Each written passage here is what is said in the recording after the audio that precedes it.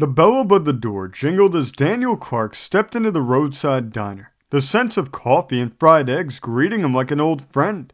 He stamped the snow from his boots, shoving his gloves into the pocket of his worn-out Carhartt jacket. The place was quiet. Just a few regulars hunched over steaming mugs, their breath still visible from the cold that had seeped in with them. It was the dead of winter in upstate New York, and the mornings were slow, the roads nearly impassable in some places. Daniel had driven into town to pick up supplies, but the icy wind and early hour had tempted him to stop for a cup of coffee before making the long drive back to his farm. He took a seat at the counter, nodding at Marla, the waitress, who had been slinging coffee and eggs at this place since before Daniel was born. "The usual?" she asked, already pouring him a cup. "Yeah," he said, wrapping his hands around the warm ceramic. "How's the roads?" "Bad," she said. "Sheriff came through a little while ago saying Route 9 might be shut down by noon." Daniel sighed. The last thing he needed was another delay.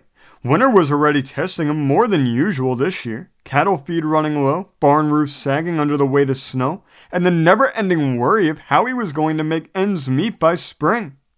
As he took his first sip, the door jingled again. A man stepped inside, shaking snow from his shoulders. He was tall and lean, with a long coat that had seen better days. A battered leather satchel hung from one shoulder, and when he pulled off his hat, a shock of silver hair framed a face lined with deep creases. His eyes, though, were sharp and alive, like he had seen more of the world than he let on. The stranger surveyed the room, then walked straight to the counter and took the seat beside Daniel. "Morning," he said, voice rich and warm. Daniel nodded. "Morning." Marla approached with the coffee pot, but the man raised a hand. "Just water for me, thank you." Marla gave a small, knowing smirk, but obliged, setting a glass down in front of him.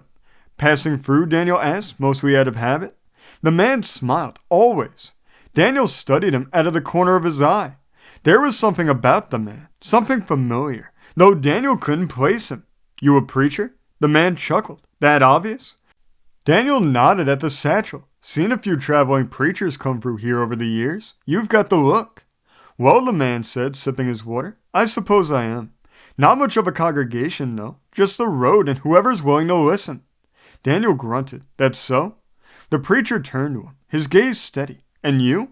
You look like a man with heavy burdens." Daniel huffed a quiet laugh. "Aren't we all?" The preacher smiled. "True, but some burdens press harder than others." Daniel wasn't one for talking about his troubles with strangers, but something about the preacher made it hard to brush him off. Maybe it was the way he sat there, patient, like he had all the time in the world. Maybe it was the fact that Daniel hadn't really talked to anyone in a while, not about the things that really mattered. "My farm's seen better years," Daniel admitted after a long moment. "Winter's been hard.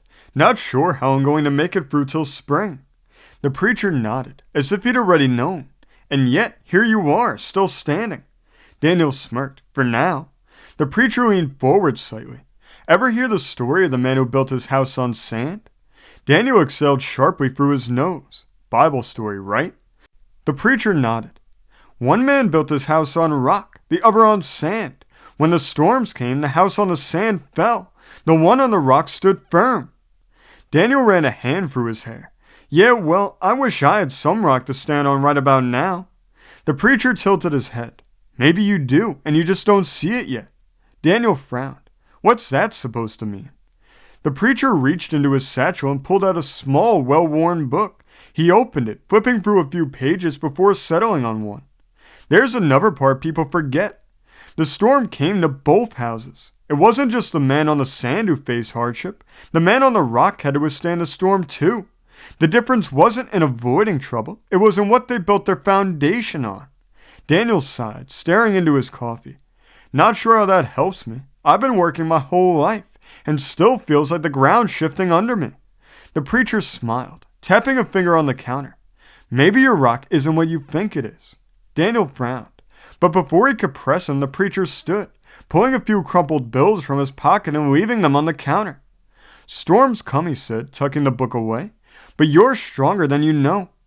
With that, he nodded to Daniel and Marla before stepping out into the cold, disappearing as quickly as he'd arrived.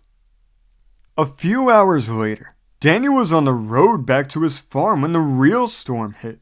The wind howled, snow falling so thick and fast he could barely see 10 feet in front of him.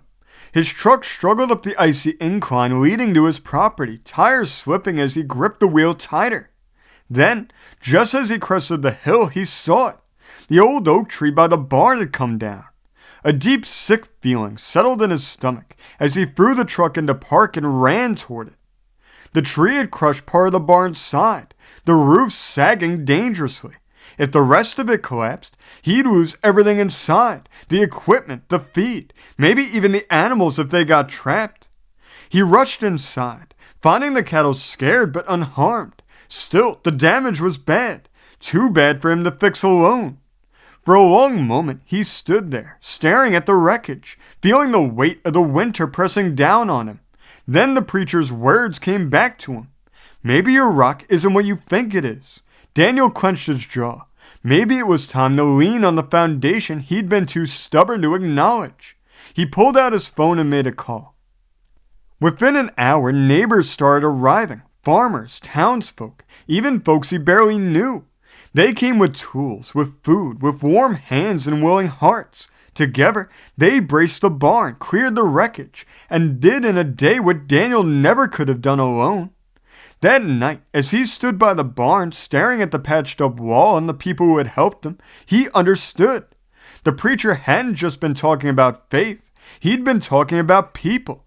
Daniel had spent years believing he had to stand alone, that asking for help was weakness. But here, in the middle of the storm, he saw the truth. He wasn't standing on sand. He had been standing on rock all along. And for the first time in a long while, he felt steady.